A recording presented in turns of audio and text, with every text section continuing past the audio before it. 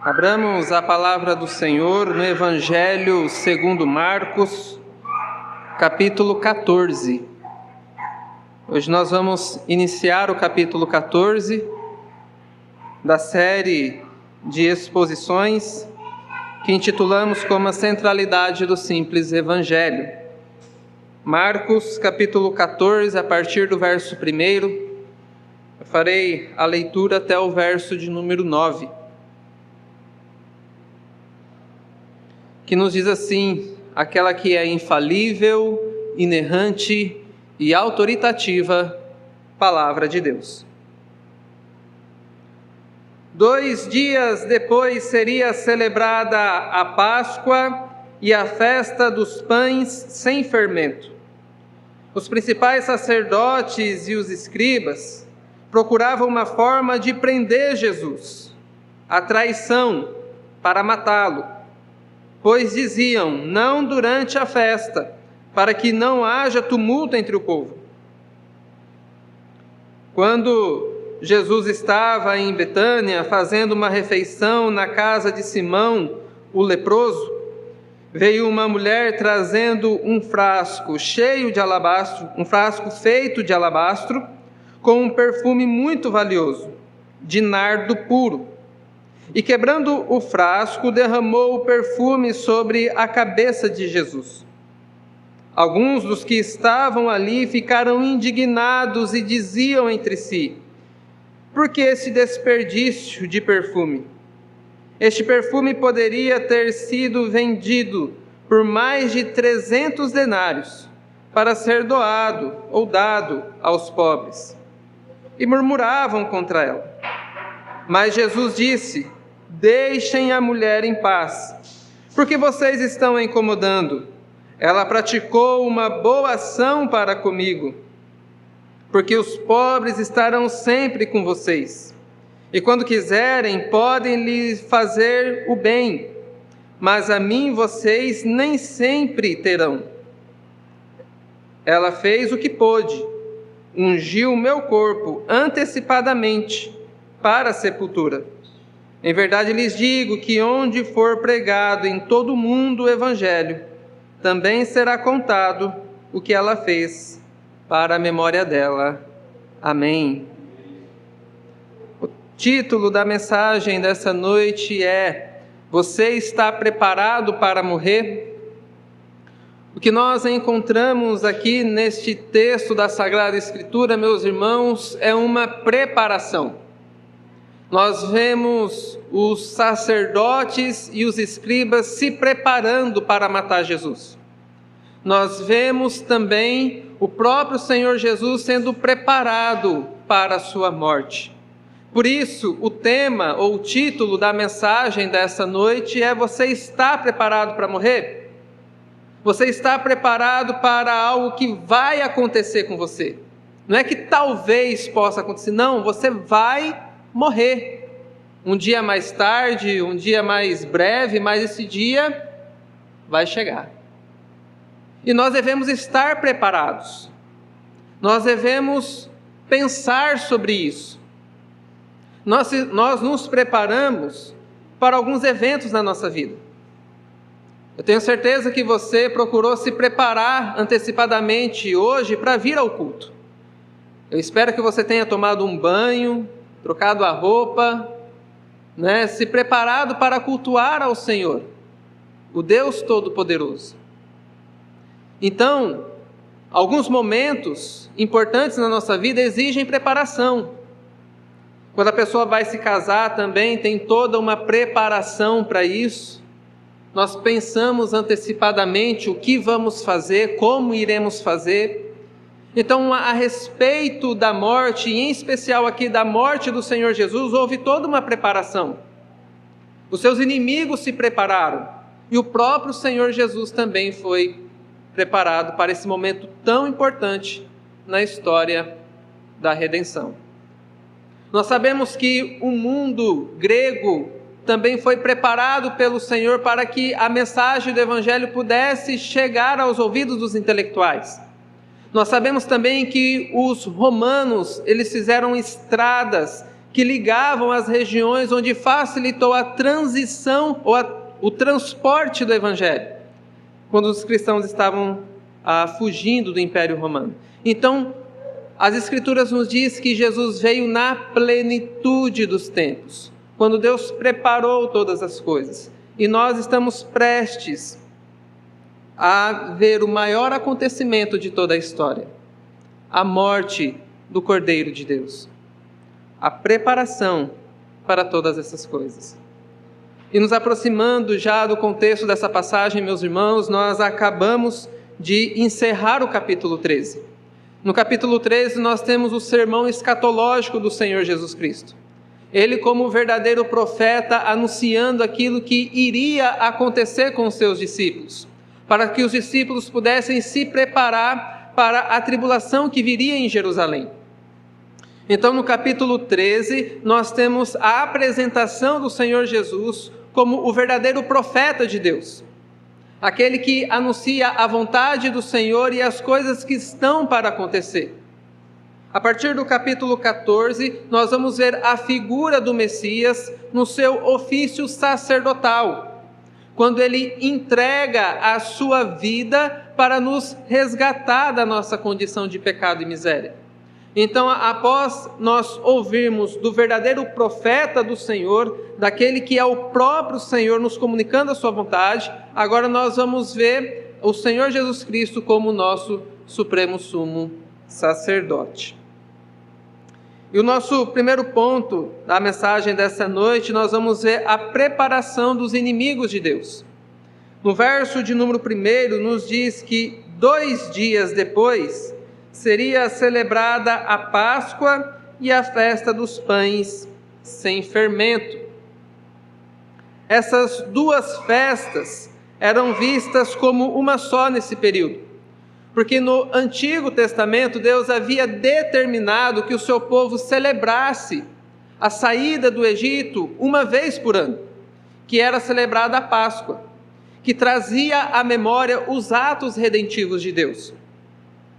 A forma miraculosa que Deus redimiu e resgatou o seu povo, a forma que Deus salvou o seu povo. Então eles deveriam celebrar a Páscoa como um memorial daquilo que Deus fez em favor deles.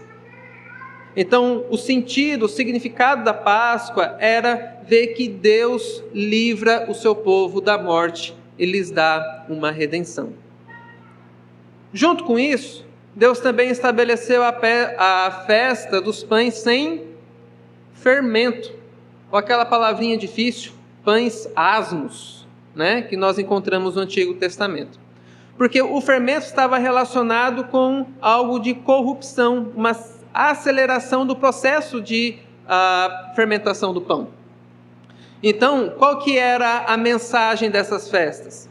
Que o Deus que resgatou vocês, que salvou vocês, exige que vocês vivam em santidade, que vocês se afastem da corrupção, que vocês vivam vidas santificadas.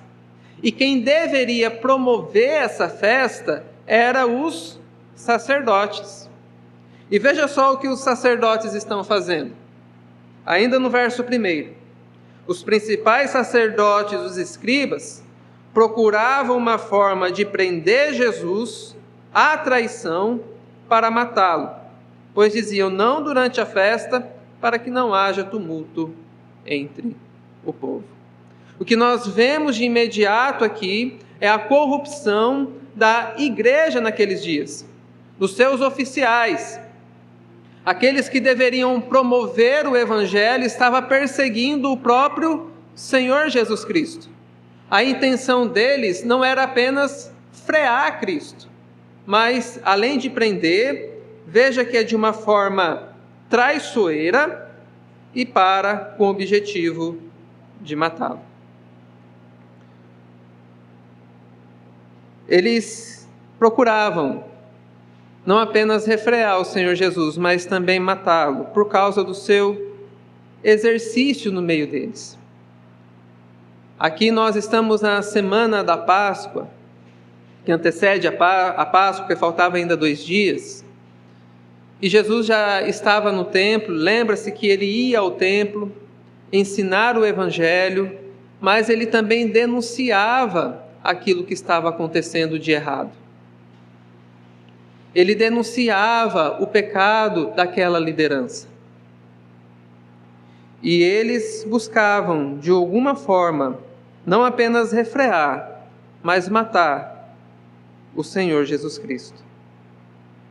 A preocupação deles de não fazer durante essa festa, porque havia um grande número de população na cidade de Jerusalém.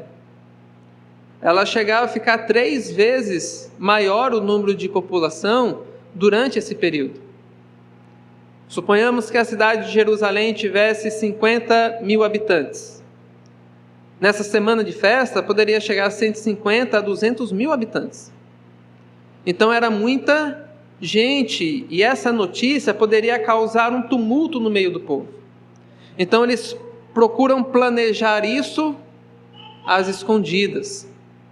Eles não querem que essa morte seja conhecida. E aqui nesse primeiro ponto, meus irmãos, nós vemos que aqueles que deveriam promover o Evangelho é quem planeja traição e assassinato. Por isso, nós não devemos ficar escandalizados quando nós vemos pessoas ligadas à própria igreja envolvidas em grandes escândalos. Isso já foi visto na Sagrada Escritura. É claro que nós devemos honrar os líderes, mas principalmente aqueles que amam ao Senhor. E aqui nós estamos vendo os oficiais planejando o assassinato e o assassinato do próprio Filho de Deus. Essa semana que passou, houve um decreto que foi assinado que limitava a ação religiosa entre os indígenas. Houve uma discussão se iria poder evangelizar os índios ou não, mas o que foi proibido é até mesmo símbolos religiosos diferentes daqueles que os indígenas entendem. E nós vemos essa perseguição através de um poder político, né? Essa restrição através de um poder político, de um órgão civil. Mas aqui especificamente não é um órgão civil, não é Roma que está planejando o assassinato de Cristo. Não são os governadores, aqui não é Pôncio Pilatos que está ali planejando, arquitetando o assassinato do Messias, mas são os sacerdotes e os escribas, aqueles que deveriam ensinar o Evangelho, aqueles que deveriam pregar a palavra do Senhor, é que estão planejando o assassinato do Filho de Deus. Isso nos mostra, meus irmãos, que a apostasia ela pode chegar na igreja. Por isso que a destruição do templo foi o sinal da ira de Deus contra esse afastamento. Só que esse plano, essa preparação dos inimigos de Deus, eles foram frustrados. Porque eles vão dizer assim, não durante a festa, para que não haja tumulto. Quando foi que Cristo morreu? Durante a festa. Durante a Páscoa. Quando os inimigos do povo de Deus planejam algo contra o Senhor, sabe o que nós ouvimos na palavra de Deus, lá no Salmo de número 2? Que Deus zomba. Deus dá risada do projeto iníquo daqueles que perseguem o seu povo, daqueles que perseguem o verdadeiro Evangelho. Os reis da terra se levantam, se amotinam, se juntam, formam um grande poder, e o que Deus faz? Ri, zomba, porque os planos e os projetos daqueles que não amam o Senhor serão fracassados. Eles não queriam que ninguém soubesse da morte de Jesus. Hoje, mais de 2000 anos, você está ouvindo deste que foi crucificado na cruz do Calvário. Porque Deus frustra os propósitos daqueles que se levantam contra o Senhor e contra o seu ungido. Esse propósito maligno de refrear a bênção do Senhor, de matar a bênção do Senhor, nós já vimos lá em Gênesis. Quando Caim mata Abel, quando se levanta contra aquele que seria a semente da mulher, então Deus suscita outros 7, e nós vemos a geração dos justos, aquele que viria, o Messias, o Salvador. E constantemente, meus irmãos, os povos da terra se levantam contra o Senhor. Mas os seus planos, os seus projetos serão frustrados. Porque o Senhor é o Deus Todo-Poderoso. E Ele continuará redimindo e salvando o seu povo. Independente de qual seja a preparação para nos atingir ou atacar. Então, em contraste aqui com a preparação desses que são inimigos do Senhor, nós vemos a preparação do Senhor Jesus Cristo para a sua morte e a concretização dos planos eternos do Senhor. A partir do verso de número 3, nos diz assim: quando Jesus estava em Betânia fazendo uma refeição na casa de Simão, o leproso. Até aqui, provavelmente esse homem, Simão, era alguém que lhe era familiar ao Senhor Jesus. Alguém que estava próximo ali de Jerusalém. Alguém que possivelmente foi curado pelo Senhor Jesus Cristo. Porque um leproso jamais poderia sentar à mesa com alguém. Um leproso não poderia sequer ficar dentro da casa com outras pessoas. O leproso tinha que andar na rua gritando que o leproso está passando para ninguém chegar perto, porque ele tinha uma doença contagiosa.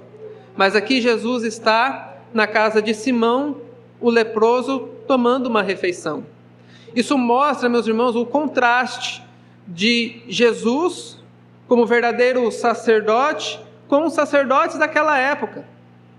Jesus está possivelmente numa casa de alguém que é simples, que teve um histórico difícil, e ele está ali com os seus amigos, com os seus discípulos.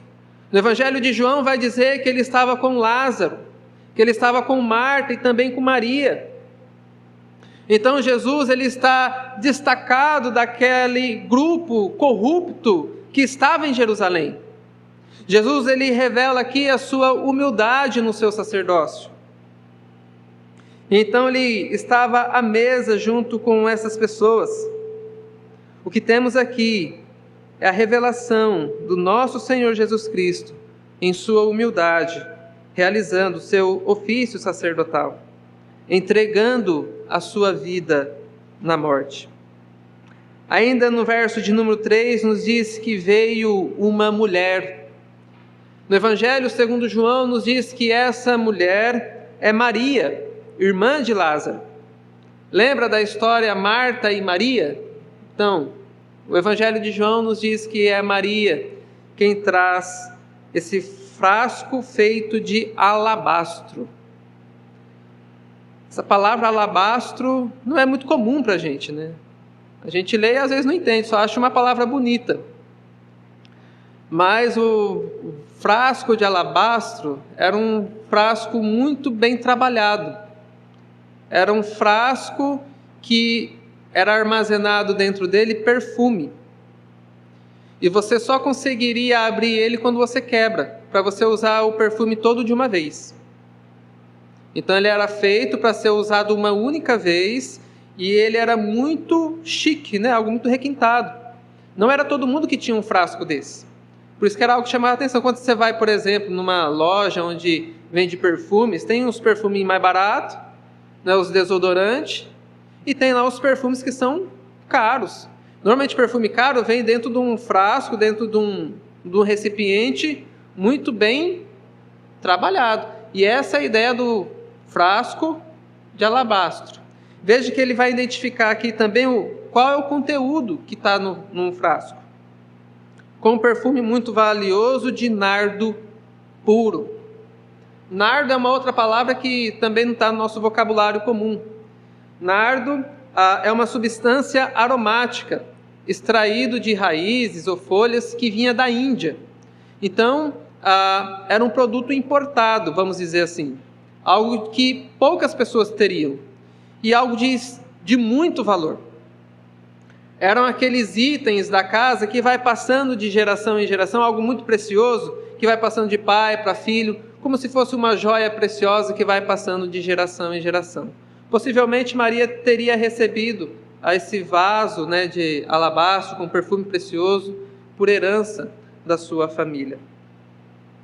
E o que ela faz é quebrar o frasco e derramar sobre a cabeça do Senhor Jesus Cristo. E esse perfume era para ser usado uma única vez, e ela fez naquele momento de refeição na casa de Simão, o leproso. Como estava diante de muitos discípulos, muitos deles ficaram indignados com aquilo. Veja só a reação que os discípulos tiveram no verso de número 4.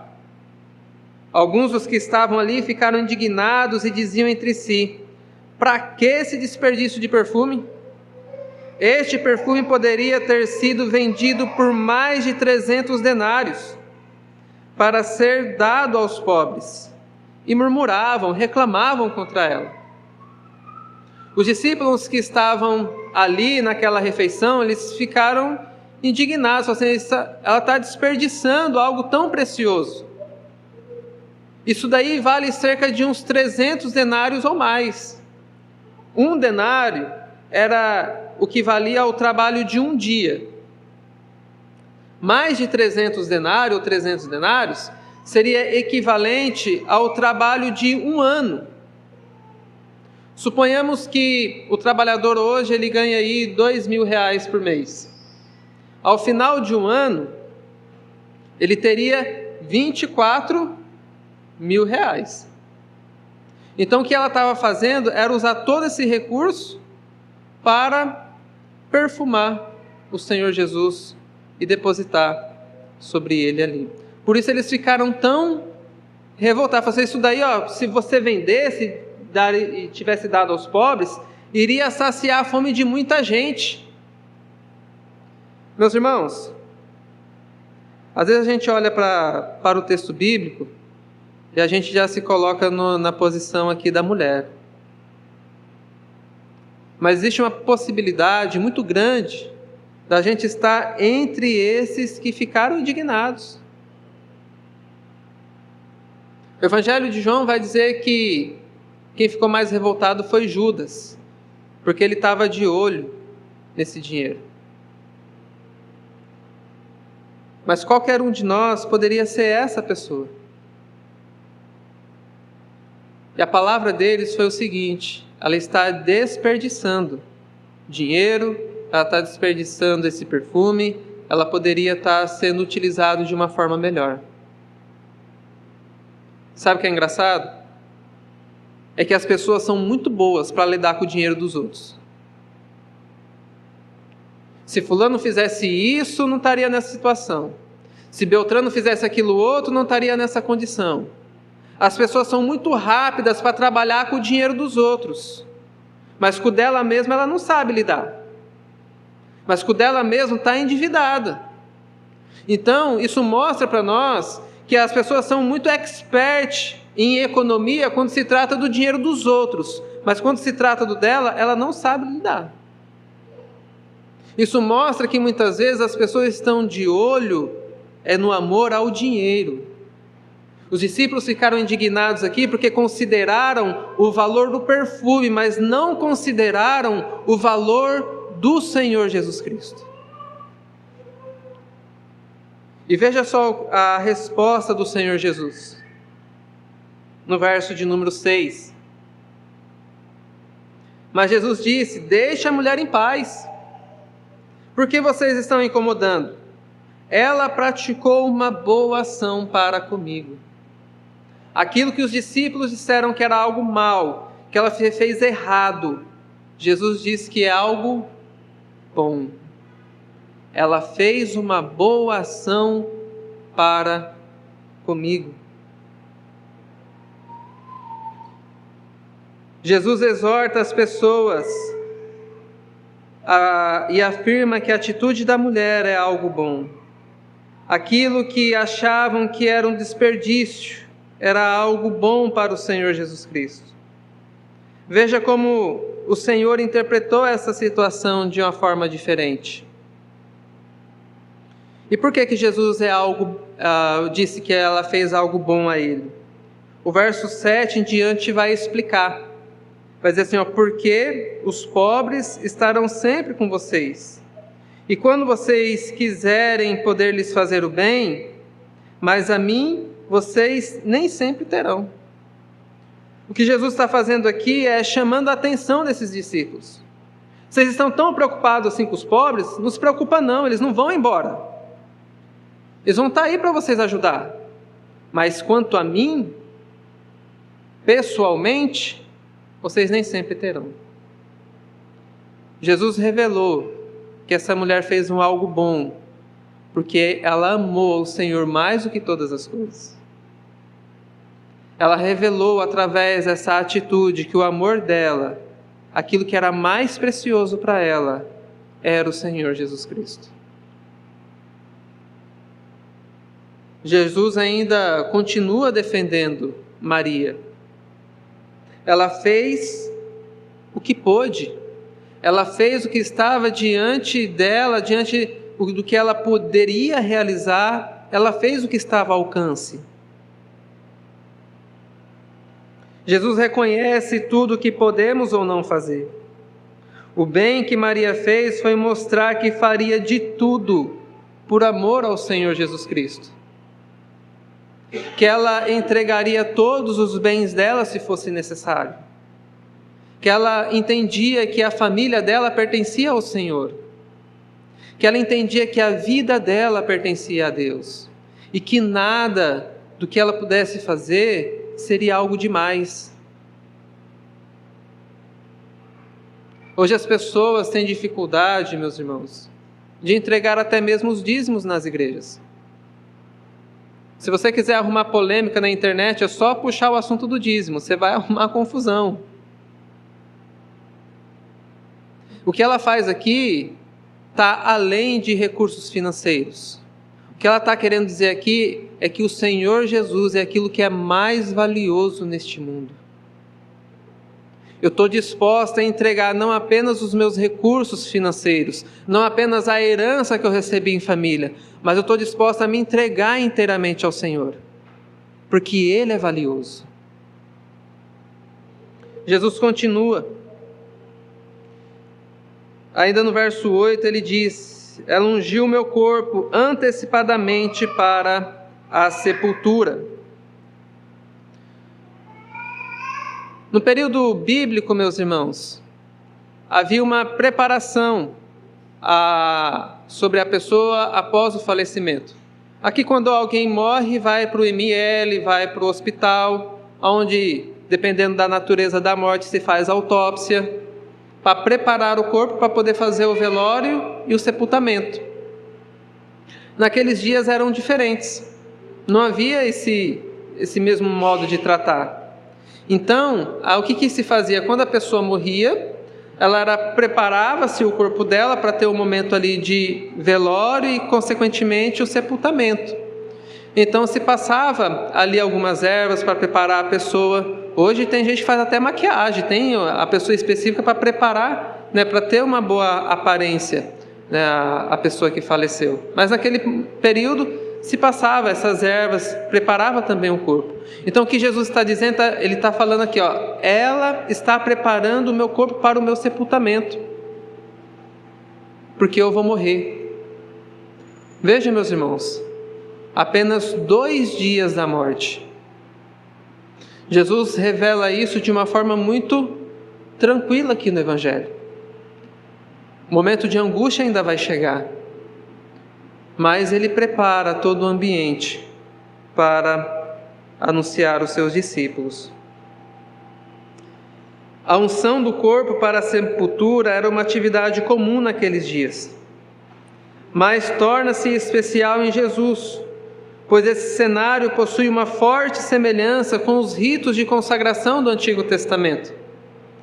Se você se lembrar, os ritos lá do Antigo Testamento, quando ia ungir um sumo sacerdote, tinha todo um ritual a ser cumprido.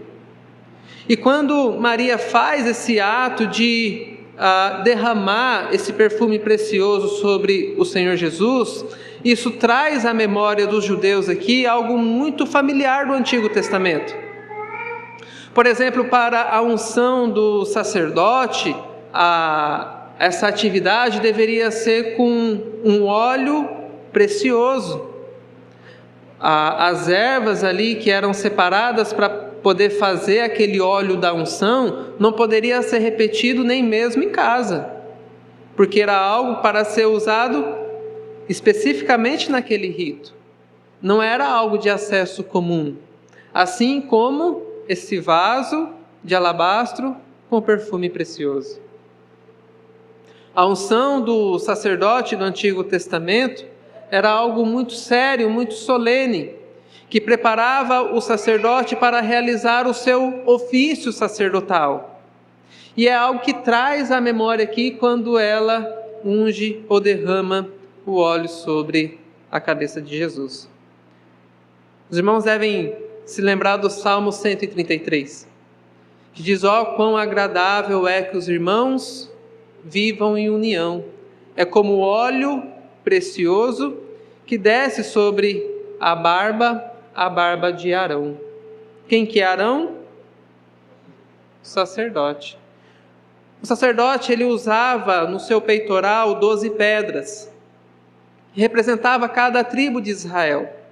E aquele óleo escorrendo sobre a sua barba, que descia sobre a orla das suas vestes, ou seja, cobria todo ele, mostrava que o Senhor estava capacitando ele a promover a unidade em meio ao seu povo. Então todas essas figuras, elas são contempladas aqui na pessoa do Senhor Jesus Cristo. Ela fez isso como algo comum, mas em Cristo Jesus, ele ganha essa conotação, porque é o nosso supremo sumo sacerdote. Ele é que vai derramar a sua vida na morte em favor de todos nós. Por isso, o que ela fez foi algo bom. Ela fez uma boa ação. Ela estava preparando, mesmo que talvez inconscientemente, ali, naquele momento, o Senhor Jesus Cristo para o seu sepultamento. Ela queria honrar ao Senhor, e ela foi honrada pelo Senhor. E no verso, meus irmãos, de número 9, nos diz que em verdade lhes digo, onde for pregado em todo o mundo o Evangelho, também será contado o que ela fez para a memória dela. Ela buscou honrar o Senhor Jesus naquela refeição, e ela foi honrada pelo Senhor. Assim como todos aqueles que amam o Senhor também serão glorificados juntos com o Senhor, no dia da manifestação do seu poder. O que nós temos aqui, meus irmãos, é a conscientização do Senhor Jesus Cristo, que este Evangelho seria pregado em todo o mundo. Os inimigos se levantaram contra ele, planejando a sua morte, a sua destruição, mas ele sabia do plano eterno do Pai. Em submissão, se coloca em nosso lugar. E aqui nós vamos chegando a algumas conclusões, algumas considerações finais. Nós vimos que os planos e propósitos malignos serão todos frustrados. Por mais que haja um governo ímpio na igreja, por mais que hajam falsos ministros, falsos profetas, por mais que se levantem contra o Senhor e contra o rebanho do Senhor, esses planos não serão concretizados, porque o nosso Deus reina soberanamente. E aos planos e propósitos dele que serão concretizados. Nós vimos, meus irmãos, nessa passagem que o maior desperdício na nossa vida é viver longe do Senhor. Aquela mulher não desperdiçou o perfume. Quem estava desperdiçando a vida, preocupado com recursos financeiros, eram aqueles que estavam criticando o que ela fez. Isso nós entendemos que o maior desperdício em nossa vida é viver longe do Senhor. É amando as coisas deste mundo, é buscando enriquecer loucamente, é gastar mais tempo, mais esforços, preocupados com aquilo que nós podemos ganhar. O que nós entendemos, meus irmãos, é que o maior desperdício da vida é viver longe do Senhor Jesus Cristo. Nós somos exortados nessa noite a ter cuidado com amor ao dinheiro. Nós vamos prosseguir na passagem, se Deus quiser, no próximo domingo. Nós vamos ver o problema do dinheiro. Judas traiu Jesus por dinheiro. E este, meus irmãos, é um problema sério que pode também vir sobre nós. Diante de tudo isso que nós acabamos de ouvir, a pergunta é: como que nós vamos nos preparar para a morte? Nós vimos que em Jesus houve toda uma preparação. Houve todo um cenário para isso. E ele sabia que dali 2 dias iria morrer. Como é que nós vamos nos preparar para o dia em que nós iremos encontrar com o Senhor? Só está preparado, meus irmãos, para morrer quem está na presença do Senhor Jesus, em comunhão com Ele. Só está preparado para morrer nessa vida aquele que ouve a voz do Supremo Bom Pastor e se rende ao Senhor Jesus Cristo. Lembra daquele senhor que disse: Senhor, pode despedir o teu servo em paz, porque os meus olhos já viram a salvação do Senhor. Então, meus amados, só está preparado para morrer aqueles que estão em comunhão com Cristo, aqueles que já morreram para os seus pecados, aqueles que buscam viver em novidade de vida. Essas pessoas estão preparadas para enfrentar a morte. Essas pessoas estão preparadas para enfrentar a angústia, a dor e a tristeza que este mundo pode nos oferecer. É por isso que este evangelho ele deve ser pregado em todo o mundo. E ele vai ser pregado. Este evangelho vai alcançar todas as nações, porque essa é a vontade do Senhor. Mesmo que inimigos se levantem, mesmo que portas se fecham, nós iremos progredir com o evangelho do Senhor Jesus Cristo.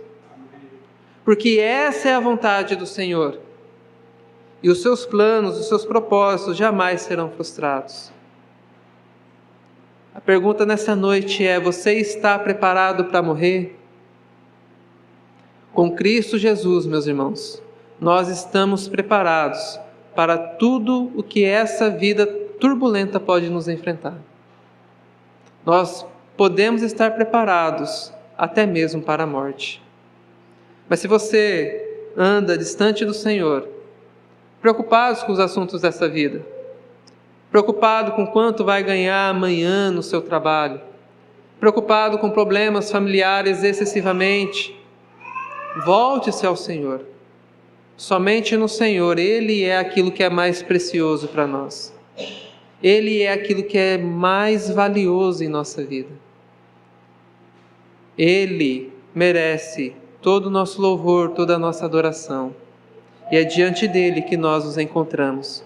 E é com Ele que nós desejamos viver durante todos os dias de nossa vida. Amém? Vou pedir ao nosso